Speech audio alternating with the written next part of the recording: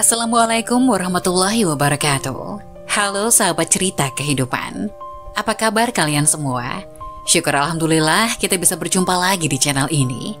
Salawat dan salam selalu tetap tercurah kepada junjungan kita, Nabi besar Muhammad Sallallahu Alaihi Wasallam. Tidak lupa kami sampaikan salam sehat, salam sejahtera. Semoga kita semua tetap dalam lindungan Allah Subhanahu wa Ta'ala. Seperti biasa, kita akan berbagi kisah dari yang unik, menarik, sampai bikin nangis. Semoga bermanfaat.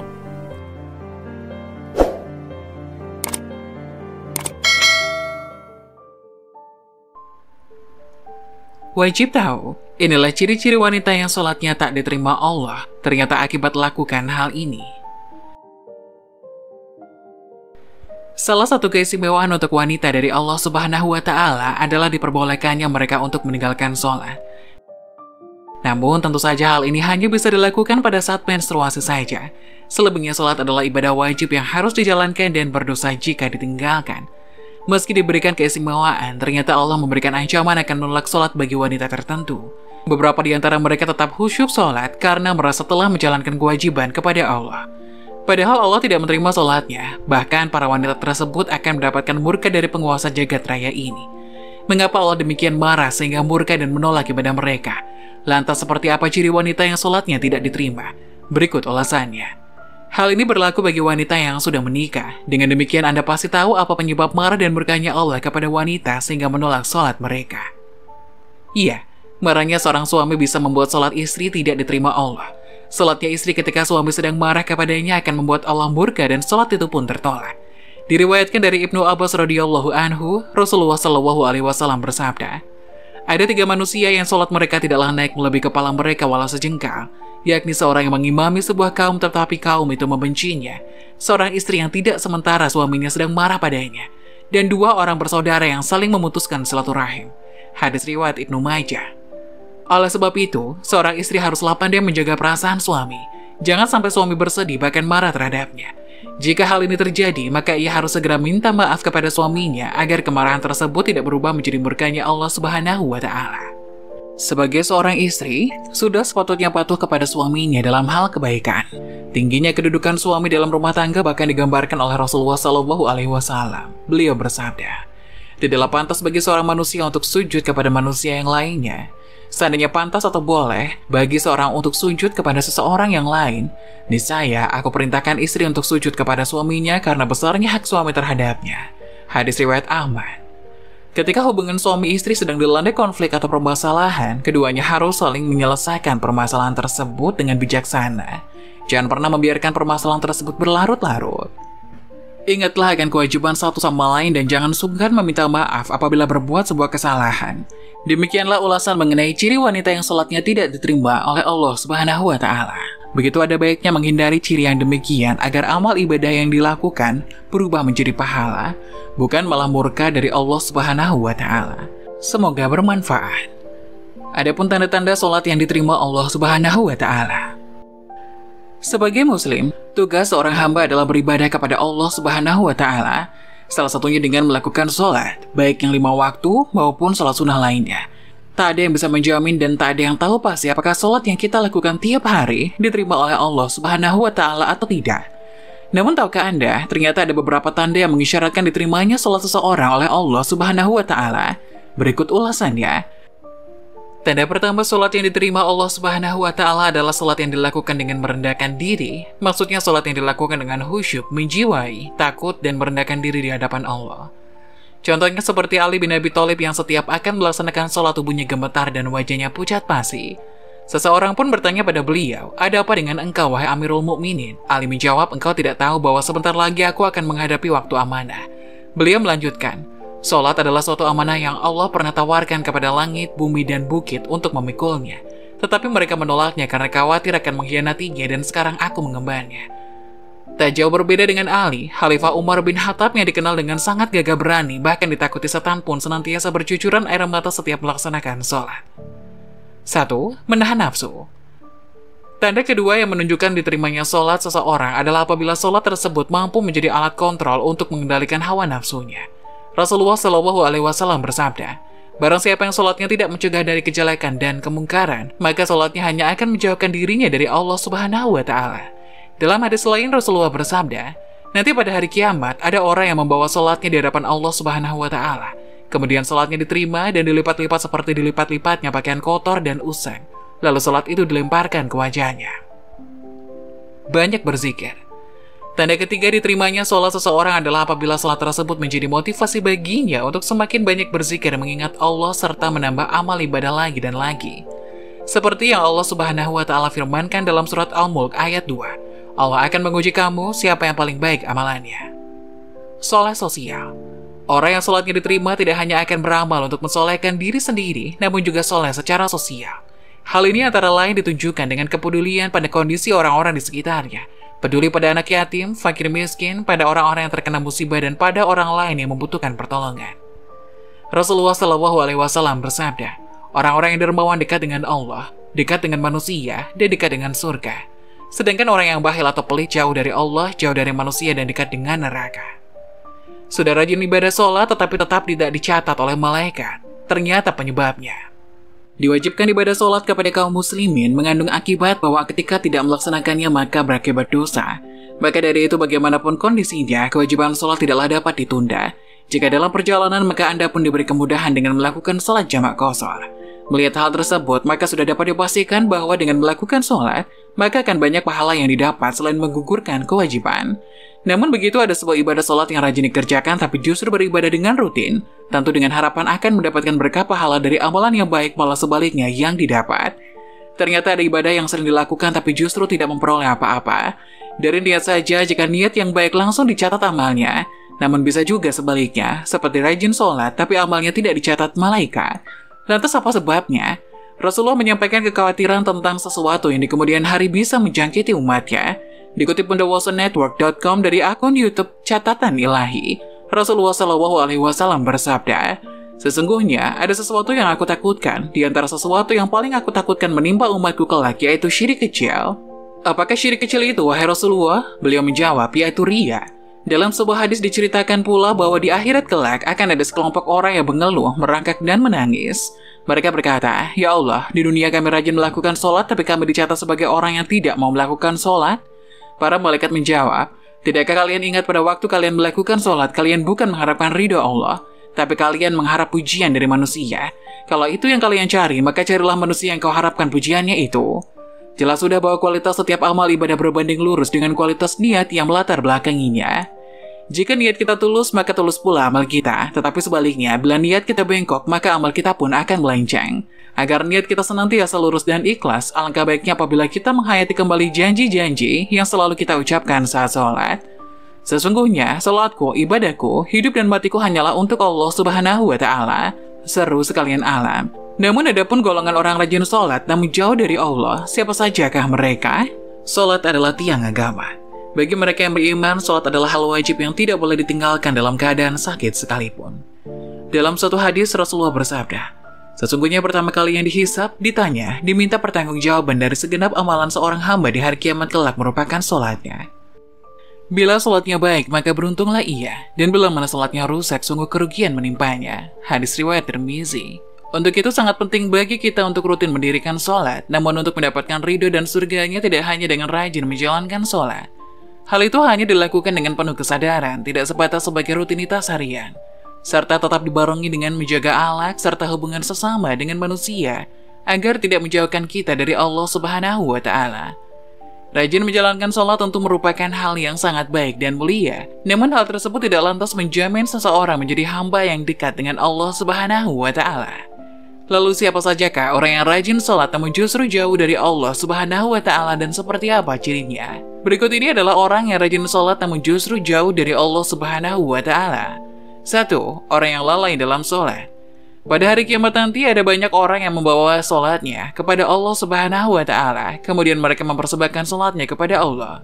Lalu sholatnya dilipat-lipat seperti dilipatnya pakaian yang kumbal, kemudian dibandingkan ke wajah mereka. Allah tidak menerima sholatnya, bahkan ada yang celaka dengan sholatnya. Seperti yang terdapat dalam firman Allah Subhanahu wa Ta'ala dalam surah Al-Ma'un ayat 4-5. Maka celakalah bagi orang-orang yang sholat, yaitu orang yang melalaikan sholatnya. Rasulullah Shallallahu Alaihi Wasallam pernah bersabda, akan datang pada manusia umat Muhammad suatu zaman banyak orang yang merasakan dirinya salat padahal mereka sebenarnya tidak salat. Hadis riwayat Ahmad. Perintah sholat adalah untuk mengingat Allah Subhanahu wa Ta'ala. Dikatakan dalam surah An-Nisa ayat 43, sehingga kamu mengetahui akan apa yang kamu ucapkan. Oleh karena itu, dalam mengerjakan sholat tidak boleh lalai. Adapun yang dimaksud lalai adalah tidak mengetahui maksud apa yang dibaca dan apa yang dikerjakan. Apalagi jika kurang memperhatikan syarat rukun dan ketentuan-ketentuan sholat lainnya, maka yang diperoleh hanyalah payah dan letih. Rasulullah Shallallahu Alaihi Wasallam bersabda, berapa banyak orang yang sholat, keuntungan yang diperoleh hanyalah payah dan letih. Hadis riwayat Ibnu Majah. Jadi meskipun merasa dirinya sholat, tapi hakikatnya tidak sholat, dan ia tidak akan mendapatkan hikmah Allah Subhanahu Wa Taala. Sholatnya pun tidak menambah dekat kepada Allah, tapi justru sebaliknya. Rasulullah menegaskan, barang siapa yang sholatnya tidak dapat mencegah perbuatan keji dan mungkar, maka tiada bertambah baginya kecuali semakin jauh dari Allah. Hadis riwayat Ibnu Ma'bad. 2. Orang yang suka menggunjing orang lain. Sahabat beriman yang dirahmati Allah, Allah Subhanahu wa Ta'ala berfirman, apakah yang memasukkan Anda ke dalam sakor? Mereka menjawab, kami dahulu tidak termasuk orang-orang yang mengerjakan sholat, dan kita tidak pula memberi makan orang miskin, dan merupakan kita membicarakan yang batil bersama dengan orang-orang yang membicarakannya, dan merupakan kita mendustakan hari pembalasan hingga datang kepada kita kematian. Maka tidak bertujuan lagi bagi mereka syafaat dari orang-orang yang memberikan syafaat. Quran Surat Al-Mudaththir ayat 42 hingga 48. Dalam ayat tersebut, salah satu penyebab orang masuk neraka merupakan karena suka membicarakan ketidaklebihbaikan orang lain. Orang yang mendirikan sholat namun suka membicarakan kejelekan orang lain, maka ia akan ditempatkan di dalam neraka sakor. 3. Orang yang acuh pada sesama. Dalam sebuah hadis, Rasulullah Shallallahu Alaihi Wasallam menyebutkan bahwa salah satu cara mendekatkan diri kepada Allah Subhanahu Wa Taala ialah bersifat dermawan dan senang membantu orang lain, terutama kepada orang yang sedang kesulitan. Rasulullah Shallallahu Alaihi Wasallam bersabda, orang yang dermawan dekat dengan Allah, dekat dengan manusia dan dekat dengan surga. Sedangkan orang yang bakhil atau pelit jauh dari Allah, jauh dari manusia dan dekat dengan neraka. Orang yang dermawan insya Allah akan menemukan kenikmatan di dalam sholatnya. Ia akan memperoleh kenikmatan di dalam sholatnya karena dia dijaga oleh para malaikat, diberi cahaya dalam kegelapan dan diberi ilmu secara langsung oleh Allah Subhanahu wa Ta'ala masuk ke dalam hati sanubarinya. 4. Orang yang riya. Sebab pertama yang ternyata mampu menjerumuskan seorang ahli ibadah tetap mendapatkan azab, bahkan menjadi penghuni neraka adalah karena mereka riya. Hal tersebut terjadi apabila semua amal saleh yang dilakukan selama di dunia itu bukan untuk mencari ridha Allah, melainkan dilakukan karena ingin riya atau pamer dan mengharap pujian dari manusia. Allah Subhanahu wa Ta'ala berfirman, sesungguhnya orang-orang munafik itu menipu Allah dan Allah akan membalas tipuan mereka. Dan apabila mereka berdiri untuk sholat, mereka berdiri dengan malas. Ia bermaksud riya dengan sholat di hadapan manusia dan tidaklah mereka menyebut Allah kecuali sedikit sekali. Quran Surat An-Nisa ayat 142. Oleh karena itu, sebaik-baiknya amalan adalah amalan yang dilakukan ikhlas dan murni lillahi ta'ala. Hanya demi Allah dan cukuplah kita berharap pada ridho dan balasannya atas apa yang telah kita lakukan. Karena Allah Subhanahu wa Ta'ala adalah seadil-adilnya pemberi balasan. Menjaga hati dan niat merupakan hal yang harus kita jaga dalam melakukan apapun, agar semua amalan tersebut tidak berujung sebagai cambuk bagi kita yang membuat kita menjadi riya kepada sesama. 5. Orang yang suka berdusta. Berdusta merupakan salah satu dosa besar dan diancam siksa pedih di akhirat kelak. Di zaman semacam ini, kebohongan tampaknya sudah menjadi suatu kebiasaan di kalangan masyarakat. Padahal sekecil apapun suatu kebohongan akan tetap dianggap sebagai dosa besar. Meskipun ada seseorang yang rajin sholat dan beribadah, namun jika lisannya suka berbohong, maka sholat dan ibadahnya akan sia-sia semata. Karena kebohongan itu akan menghapus amal-amalannya. Jika ia mati dalam tidak bertobat kepada Allah, maka dia akan dimasukkan ke dalam neraka. Allah Subhanahu wa Ta'ala berfirman, sesungguhnya yang mengada-ngadakan kebohongan hanyalah orang-orang yang tidak beriman kepada ayat-ayat Allah, dan mereka itulah orang-orang pendusta. Quran Surat An-Nahl ayat 105. Berbohong menunjukkan salah satu ciri dari golongan orang-orang yang munafik. Untuk itulah, mengapa kita sebagai umat Islam wajib menjauhi yang namanya tindakan dusta, karena itu dapat menyesatkan kita, baik di dunia maupun di akhirat. Semoga kita termasuk golongan orang-orang yang rajin sholat dan dekat dengan Allah Subhanahu wa Ta'ala, sehingga kita mendapatkan ridho serta menetap dalam surganya kelak. Amin. Selain itu, ada 5 hal berikut ini yang membuat ibadah sholat wanita tidak diterima Allah Subhanahu wa Ta'ala. Ternyata akibat melakukan ini, Allah memberikan keistimewaan kepada wanita terkait ibadah sholat. bahwa wanita dibolehkan meninggalkan sholat dalam keadaan tertentu, salah satunya karena haid. Sehingga ibadah sholat menjadi tidak wajib bagi wanita. Namun jika wanita tak ada halangan, maka kembali lagi, ibadah sholat itu adalah perkara wajib bagi sama seperti laki-laki. Namun ada hal-hal yang membuat sholat seseorang ditolak oleh Allah Subhanahu wa Ta'ala. Meskipun sudah dikerjakan sungguh-sungguh, namun tak serta-merta akan diterima amal tersebut. Berikut ini beberapa alasannya, bahwa meski sudah sholat namun tak mampu menjaga lisannya, maka ini bisa menjadi sebuah kesalahan bagi seorang wanita. Sehingga, perkara menjaga lisan adalah penting. Demi menjaga amalan-amalan seperti ibadah sholat, perlu menahan diri dari perbuatan yang bisa menyakiti perasaan orang lain, seperti membicarakan orang lain. Hal demikian akan membuatnya mengurangi, bahkan tidak diterima amalan sholat seorang wanita tersebut. Dijelaskan dalam hadis Rasulullah dari para sahabat terkait amal sholat memiliki keistimewaan. Barang siapa memelihara sholat, ia memiliki cahaya, bukti, dan selamat pada hari kiamat. Dan barang siapa yang tidak memelihara sholat, ia tidak memiliki cahaya, bukti, dan tidak selamat. Di hari kiamat ia bersama dengan Korun, Fir'aun, dan Ubay bin Khalaf. Hadis riwayat Ahmad, Tabrani, dan Ibnu Tibban. Jika masih berbuat buruk, maka orang-orang ini tidak menikmati indahnya sholat, sehingga besar kemungkinan sholatnya belum diterima oleh Allah Subhanahu wa Ta'ala. Berikut ini adalah deretan wanita yang tak akan diterima ibadah sholatnya. 1. Wanita yang sudah menikah. Ternyata seorang wanita yang sudah menikah berpeluang tak akan mendapatkan pahala sholat jika melakukan hal terlarang, yakni sesuatu yang mengundang murka Allah. Dalam hadis Abu Hurairah, Nabi Muhammad bersabda, jika seorang wanita mendirikan sholat 5 waktu, memelihara kemaluannya, dan menanti suaminya, maka ia akan masuk surga dari pintu manapun yang dikehendakinya. Hadis riwayat Ibnu Hibban. Barangnya seorang suami bisa membuat ibadah sholat seseorang wanita tidak diterima. Ada 3 manusia yang sholat mereka tidaklah naik melebihi kepala mereka walau sejengkal, yakni seorang yang mengimami sebuah kaum tapi kaum itu membencinya, seorang istri yang sementara suaminya sedang marah kepadanya, dan 2 orang saudara yang saling memutuskan silaturahim. Hadis riwayat Ibnu Majah. 2. Membiarkan masalah berlarut-larut. Suami dan istri mestinya segera menyelesaikan masalah rumah tangganya. Jangan mendiamkan sebuah masalah terlalu lama. Ingatlah kewajiban satu sama lain. Jangan sungkan meminta maaf apabila melakukan kesalahan. Membangkitkan amarah suami ternyata bisa membuat amalan ibadah sholat dihapuskan Allah. Tapi seorang suami juga tidak boleh menyakiti sang istri seenaknya. Ketiga, menjaga perasaan suami. Sepatutnya, wanita itu menjaga perasaan suami. Jika berbuat salah, segera minta maaf untuk menghindari murkanya Allah Subhanahu wa Ta'ala. Tidaklah pantas bagi seorang manusia untuk sujud kepada manusia yang lain. Seandainya pantas atau boleh bagi seseorang untuk sujud kepada seorang yang lain, niscaya aku perintahkan istri untuk sujud kepada suaminya karena besarnya hak suami terhadapnya. Hadis riwayat Ahmad. 4. Percaya dukun. Wanita atau istri yang percaya dukun, paranormal, atau yang sejenisnya, maka Allah tidak akan menerima ibadah sholat istri tersebut. Siapa mendatangi tukang tenung atau dukun paranormal, kemudian dia membenarkan perkataannya, maka tidak diterima sholatnya 40 malam. Hadis riwayat Bukhari atau Muslim. 5. Tidak menutup aurat saat sholat. Tidak menutup aurat ketika sholat, maka ibadahnya tidak akan diterima Allah Subhanahu wa Ta'ala. Hal ini juga termasuk dalam dosa besar, karena Rasulullah mengancam seorang wanita jika berpakaian tapi seperti telanjang, maka wanita tersebut disebut dalam hadis tak akan mencium bau surga. Allah tidak menerima salat wanita yang telah balik kecuali dengan memakai jilbab. Hadis riwayat Ibnu Huzaimah 775 dan Al-A'zami mengatakan sanadnya sahih. Maksud ayat ini adalah seorang wanita saat balik mestinya menutup aurat. Lalu ketika sholat wanita wajib menutup aurat, karena menutup aurat adalah syarat sah sholat. Ada golongan orang sholat tapi masuk neraka beserta dalilnya, umat Islam wajib tahu.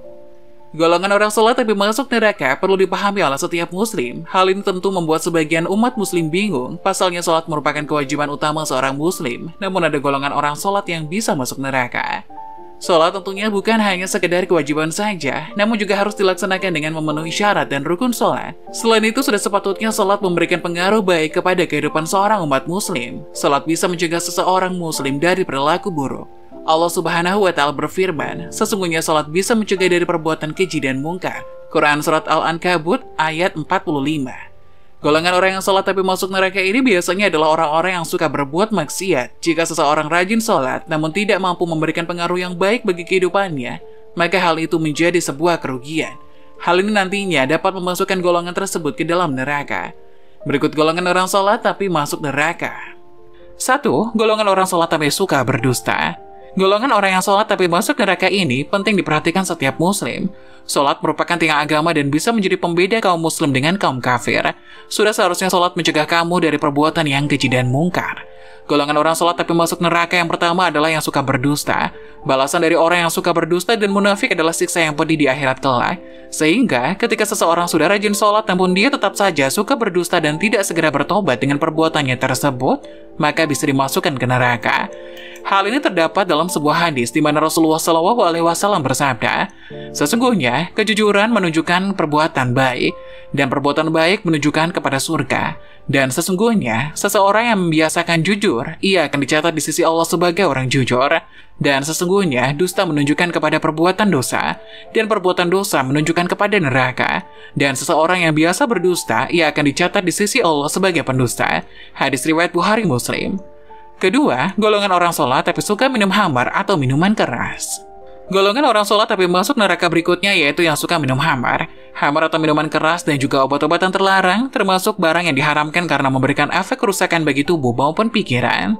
Hal ini sebagaimana Allah Subhanahu wa Ta'ala berfirman, hai orang-orang yang beriman, sesungguhnya meminum khamar, berjudi, berkorban untuk berhala, mengundi nasib dengan anak panah adalah termasuk perbuatan syaitan.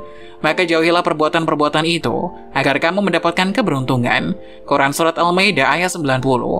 Sementara itu Rasulullah SAW bersabda, Allah melaknat atau mengutuk khamar, peminumnya, penyajinya, pedagangnya, pembelinya, pemeras bahannya, penahan atau penyimpannya, pembawanya dan juga penerimanya. Hadis riwayat Abu Daud dan Ibnu Majah. 3. Golongan orang sholat tapi tetap percaya dukun. Golongan orang sholat tapi masuk neraka selanjutnya adalah orang-orang yang percaya dukun. Percaya kepada perkataan ataupun ramalan dukun termasuk perbuatan dosa besar karena mengandung unsur syirik. Rasulullah melarang umat yang mendatangi dukun atau peramal, terlebih mempercayai perkataannya. Hal ini sebagaimana sabda Rasulullah SAW berikut ini. Barang siapa mendatangi peramal lalu bertanya kepadanya tentang sesuatu, maka tidak diterima salatnya selama 40 hari. Hadis riwayat Muslim dan Ahmad. Barang siapa mendatangi dukun lalu mempercayai apa yang dikatakannya, maka ia telah kafir dengan apa yang diturunkan kepada Muhammad. Hadis riwayat Tirmizi, Ibnu Majah dan Ahmad. 4. Golongan orang sholat tapi tidak menjaga lisannya dari ghibah atau bergunjing. Golongan orang sholat tapi masuk neraka juga termasuk orang-orang yang tidak menjaga lisannya dari ghibah atau bergunjing. Berprasangka buruk atau menggunjingkan seseorang dengan membuka aib atau kejelekannya termasuk perbuatan dosa, sehingga Allah Subhanahu wa Ta'ala melarang kerasabannya melakukan ghibah. Hal ini sebagaimana firman Allah Subhanahu wa Ta'ala berikut ini. Hai orang-orang yang beriman, jauhilah kebanyakan prasangka, karena sebagian dari prasangka itu dosa. Dan janganlah mencari-cari keburukan orang, jangan pula menggunjing satu sama lain. Adakah seorang di antara kamu yang suka memakan daging saudaranya yang sudah mati? Maka tentulah kamu merasa jijik kepadanya, dan bertakwalah kepada Allah, sesungguhnya Allah Maha Penerima Taubat lagi Maha Penyayang. Quran Surat Al-Hujurat ayat 12. Golongan orang salat tapi masuk neraka ini juga terdapat dalam hadis Rasulullah SAW bersabda, berhati-hatilah kalian dengan tindakan berprasangka buruk, karena prasangka buruk adalah sedusta-dusta ucapan. Janganlah kalian saling mencari berita kejelekan orang lain, saling memata-matai, saling mendengki, saling membelakangi, dan saling membenci. Jadilah kalian hamba-hamba Allah yang bersaudara. Hadis riwayat Bukhari dan Muslim. 5. Golongan orang salat tapi mengabaikan anak yatim, fakir miskin, dan orang lain yang membutuhkan. Golongan orang sholat tapi masuk neraka selanjutnya adalah orang-orang yang mengabaikan anak yatim, fakir miskin, dan orang lain yang membutuhkan.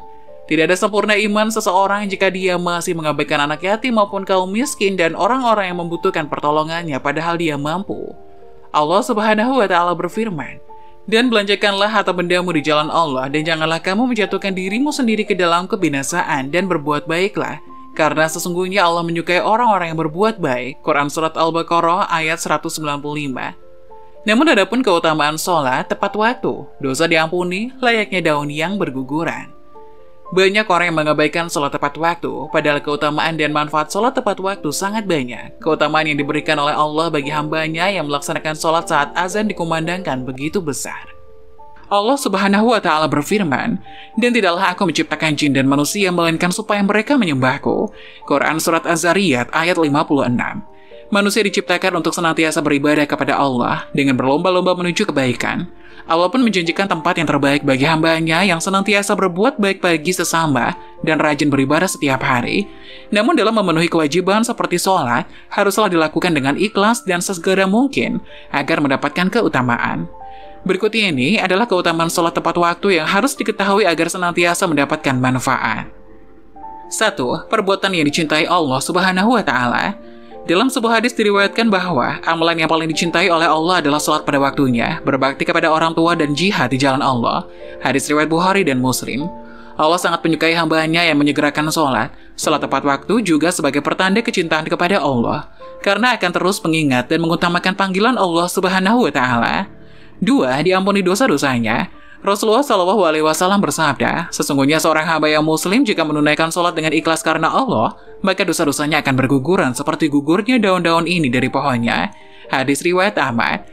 Betapa mulia keutamaan melaksanakan sholat tepat waktu, betapa Allah Subhanahu wa Ta'ala sangat mencintai hambanya yang senantiasa menyegerakan sholat.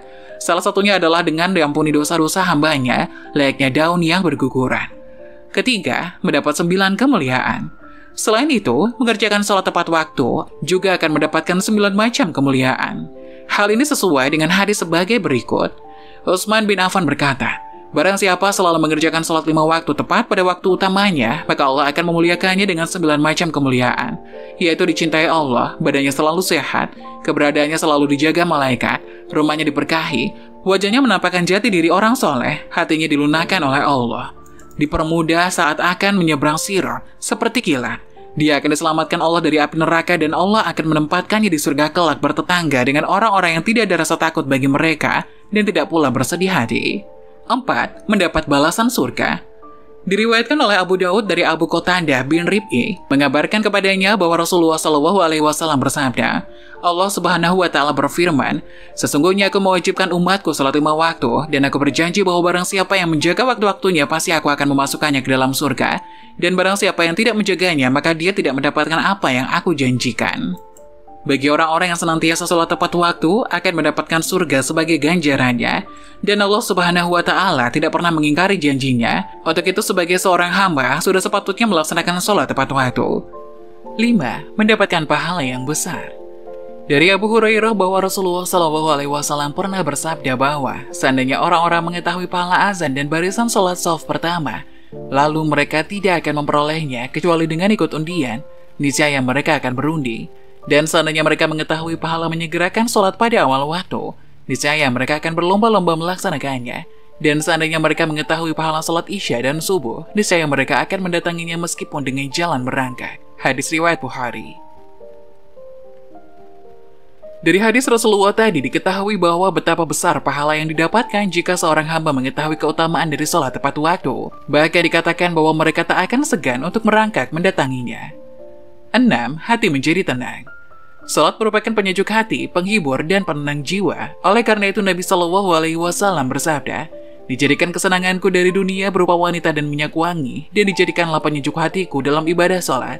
Hadis riwayat An-Nasa'i nomor 3391 dan Ahmad 3128 sahih. Nabi SAW juga bersabda, wahai Bilal, berdirilah, nyamankanlah kami dengan mendirikan sholat. Hadis riwayat Abu Dawud, nomor 4985 sahih. Sholat adalah zikir, dan dengan berzikir kepada Allah Ta'ala, hati pun menjadi tenang. Sholat adalah interaksi antara seorang hamba dengan Rabb-nya. Seorang hamba berdiri di hadapan Rabb-nya dengan ketundukan, perendahan diri, bertasbih dengan memujinya, membaca firman Rabb-nya, mengagungkan Allah baik dengan perkataan dan perbuatan. Memuji Allah Ta'ala dengan pujian yang memang layak ditujukan untuk dirinya. Dia meminta kepada Allah Ta'ala berupa kebutuhan dunia dan akhirat. 7. Mencegah perbuatan keji dan mungkar. Jika seorang hamba mendirikan sholat sesuai dengan ketentuan dan petunjuk syariat, maka sholat tersebut akan mencegah dari perbuatan keji dan mungkar, sebagaimana firman Allah Ta'ala. Sesungguhnya sholat itu mencegah dari perbuatan keji dan mungkar. Quran Surat Al-Ankabut ayat 45. Kemampuan sholat untuk mencegah seseorang dari perbuatan keji dan mungkar itu sangat tergantung kepada kualitas ibadah sholat yang dilakukan. Minimal ketika sedang sholat itu sendiri, seseorang berhenti dan tercegah dari perbuatan keji dan mungkar. Karena ketika sedang sholat, seseorang sedang melakukan ketaatan kepada Allah Ta'ala. Ada yang selesai sholat kemudian mencuri sandal di masjid, misalnya karena memang kualitas sholatnya yang buruk. Sehingga tidak lama setelah selesai sholat, dia kembali lagi melakukan kemungkaran.